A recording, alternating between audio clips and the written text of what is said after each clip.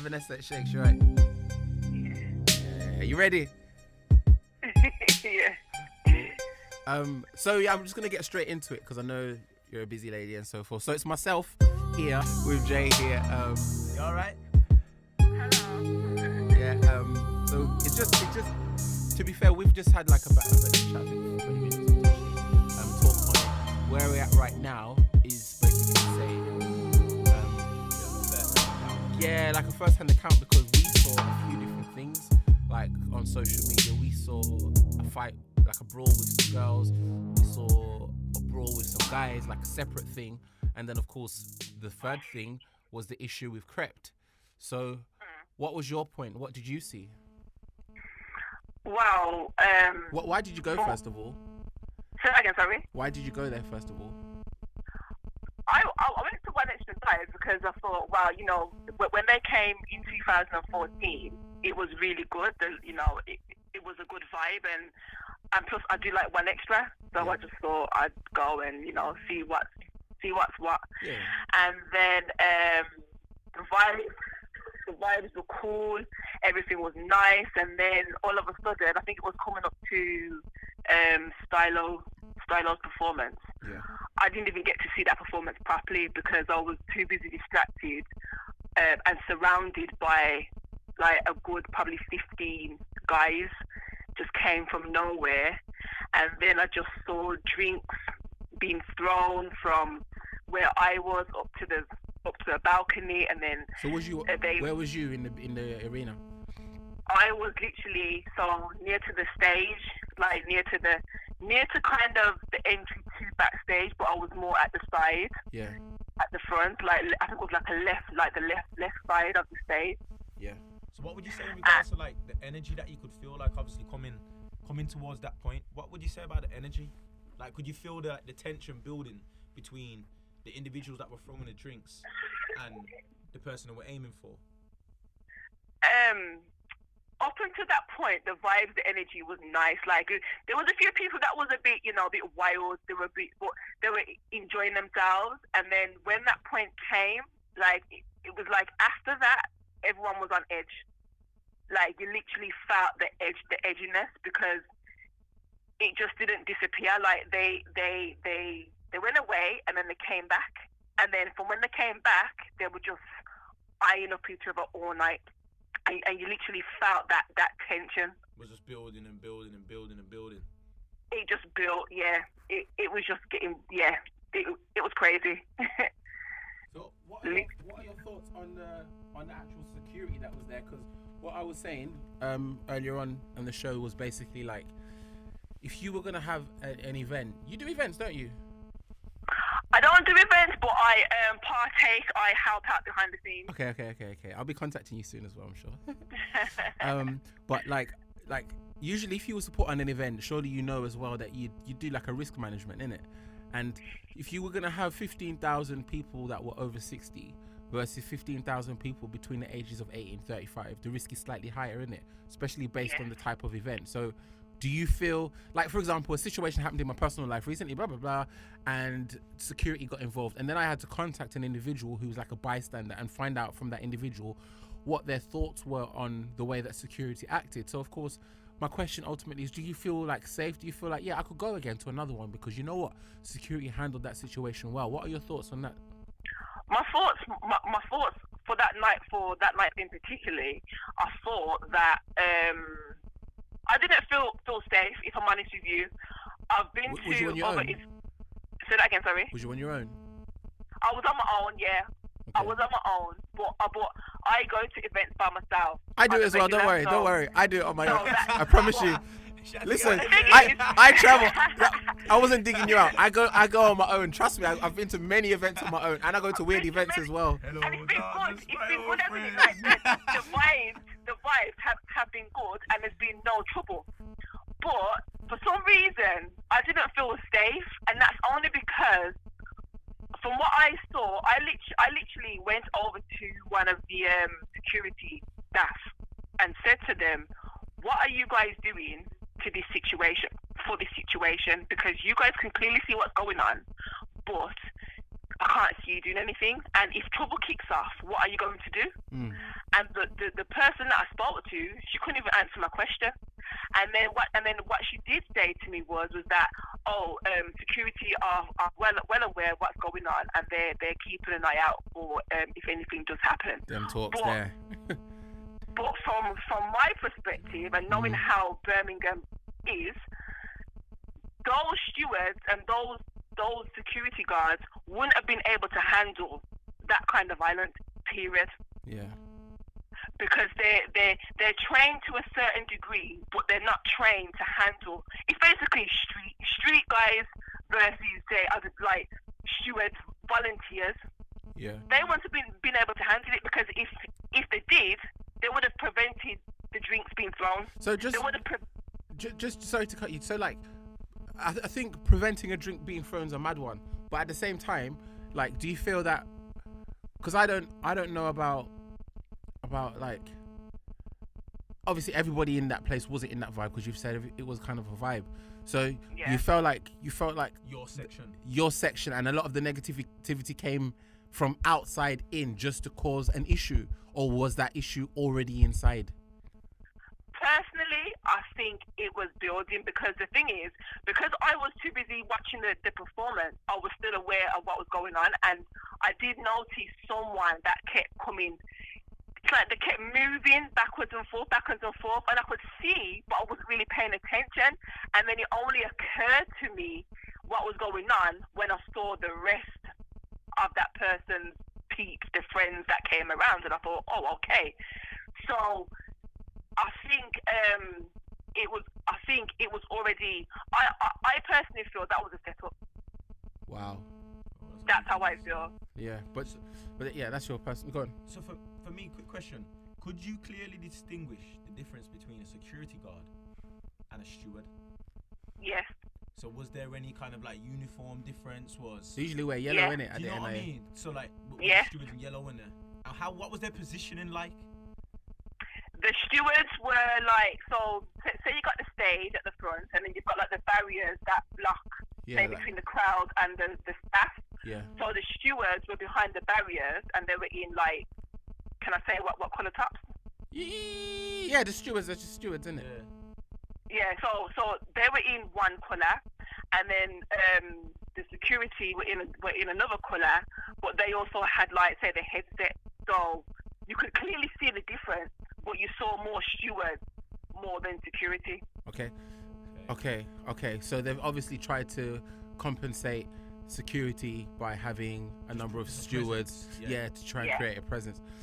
Yes. Okay, cool. So, like, as I said, I saw personally like individual issues. Obviously, I don't know the timeline. At what stage did you understand that something had happened to Krept? No, I didn't know till afterwards, because I actually left before the event was locked off. Okay. So I left about half an hour before. Nothing's wrong. You did the right thing. And was you leaving a result of the tension building, the incident within that area, or was it you had somewhere to be, or the event just wasn't panning out to what it was that you thought it would be? Exactly that. Exactly that. And I think because of what was going on, I could see, I sensed it, I felt the vibe, and I just knew, and I just thought, you know what, I need to get out of here before I get caught up in that nonsense. And plus, to me, I thought for myself, I've been to a better One Extra Live. I thought the lineup could have been a little bit better than what I saw. Yeah. Yeah, but ultimately it seemed like a vibe, as I said, because like I got a lot of people on my Insta story that was just like, yeah, blah blah blah. So cool, but that's good. I'm happy to hear your side of it, because there's a few different points, and of course social media is what it is. A lot of people talking from while they were at their houses in Ireland, saying what happened, which is foolishness. So I think with social media, from my perspective, 15k or however how many people was there did not see what was going on that led up to that point. Okay, that's good. They had no idea.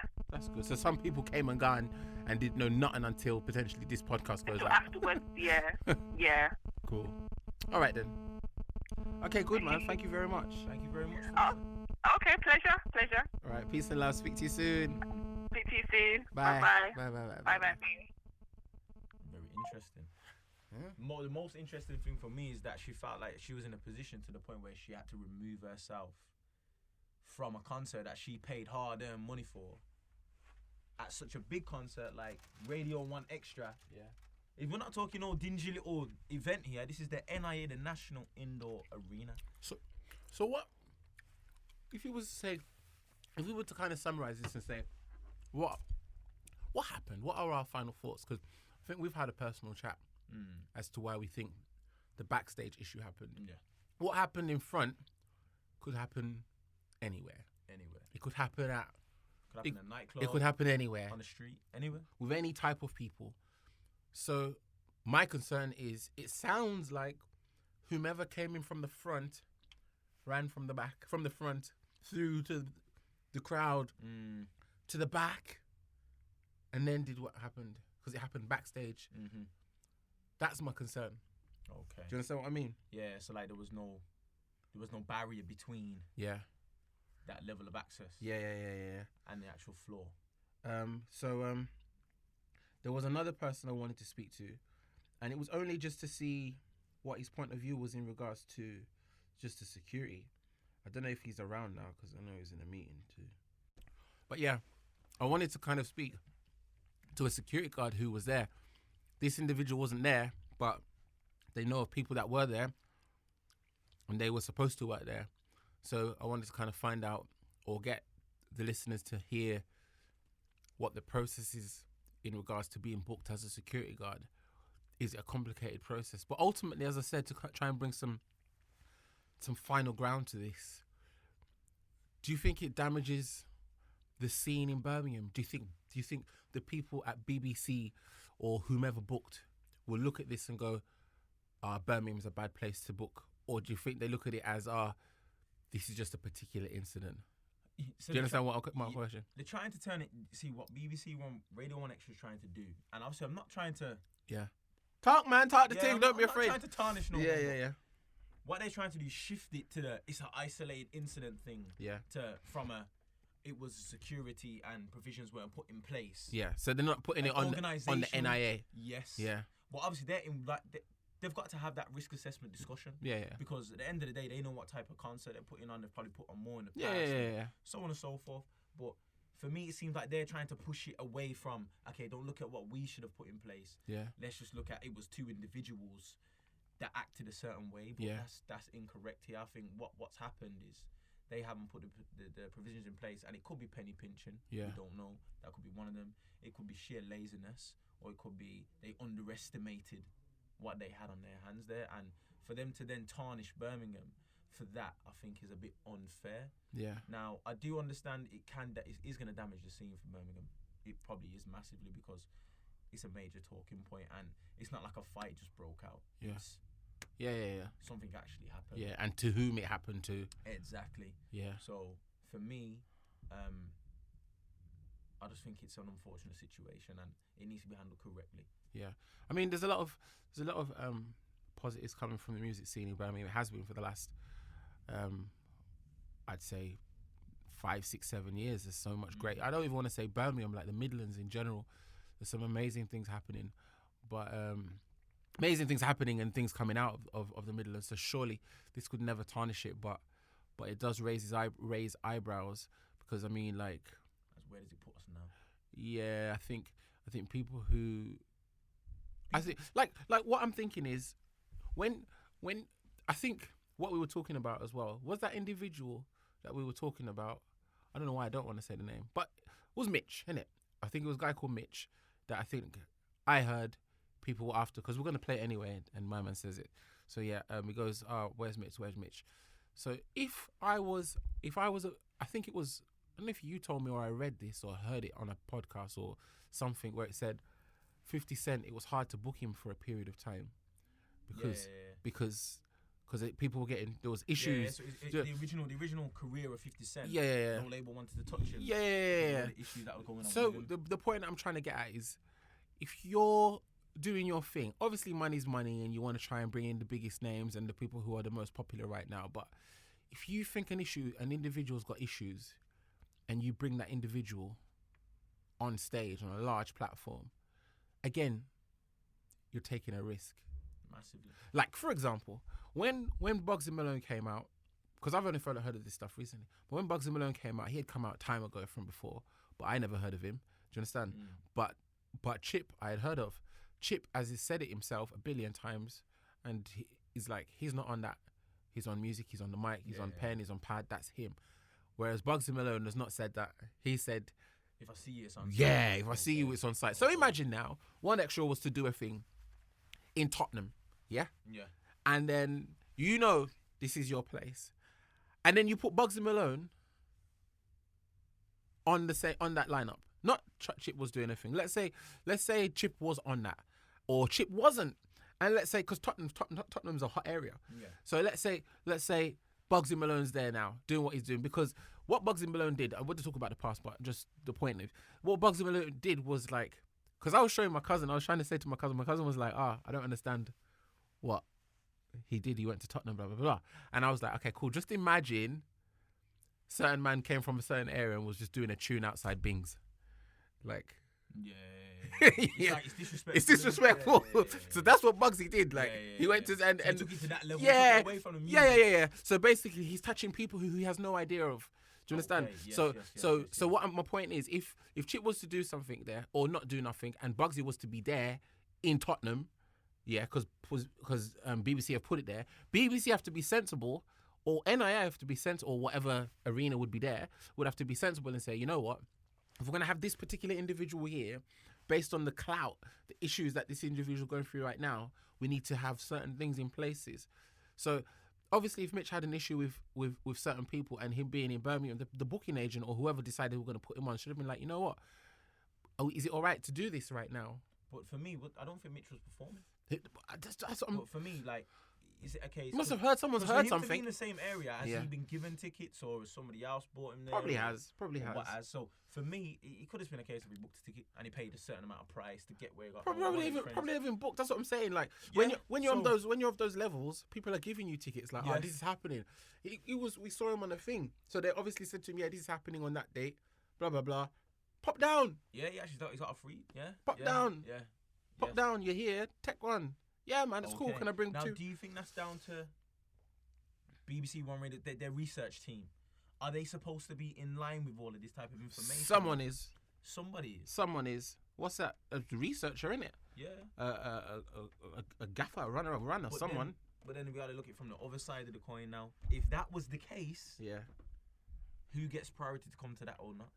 So say now me and you are beefing hard, and we're both in the music industry, and we're top. Yeah. What if there's an awards? Wow. And we're both nominated for best video of the year. Like with Tupac and exactly. Yeah, that time. Exactly. As your BBC in the middle now, you're the parent. Yeah. You're not allowed to come to this birthday party because so and so is gonna be there, and what happens then? Yeah. Do you know what I mean? And then, is it fair that one artist loses out, then another? Whose side do they pick? And so this is where it that's what I'm looking at it from a different perspective. Like, but yeah. Do you know what I mean? Ultimately, to close, I think, as I said, I don't want to say it's a life lesson, because I don't think anybody who pushed out their knife did it to scar him. Do you know what I mean? They've done what they've done to do what they've done, and it could have ended it anyway. So thank God he's still alive, because that's not what we want.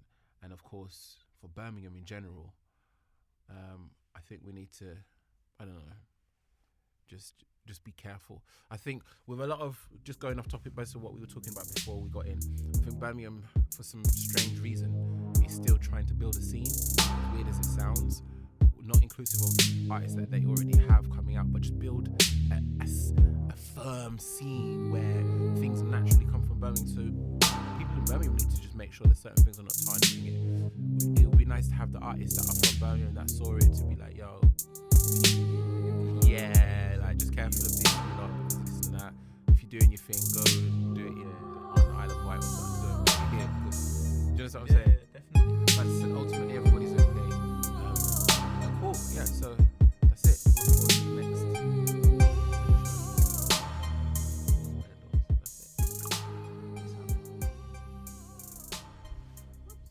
You need to edit my name out of that, you know. I'm out for my government.